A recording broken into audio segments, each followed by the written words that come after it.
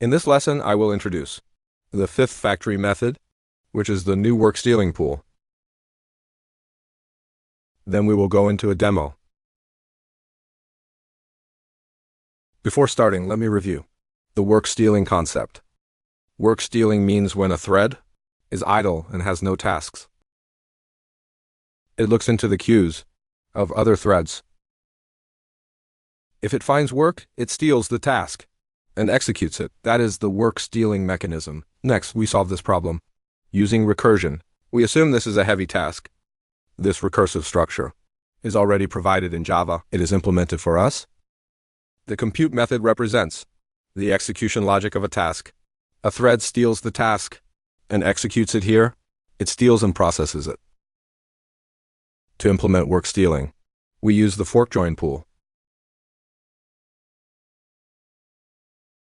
Here we allocate 4 threads. Initially, 4 threads are started. These are called for workers. At this point, in this section of the code, the tasks begin to be forked. All of these tasks are forked. These 16 tasks, they are submitted to a single queue. This queue belongs to one worker. There are 4 workers, but all 16 tasks are initially submitted to one worker's queue.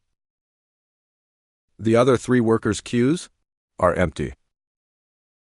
Then they take turns stealing tasks and processing them. They steal tasks and execute them.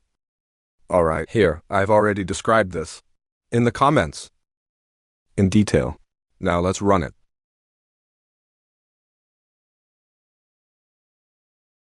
Here, you can see there are only 4 workers. They have to take turns stealing tasks and executing them. Thank you.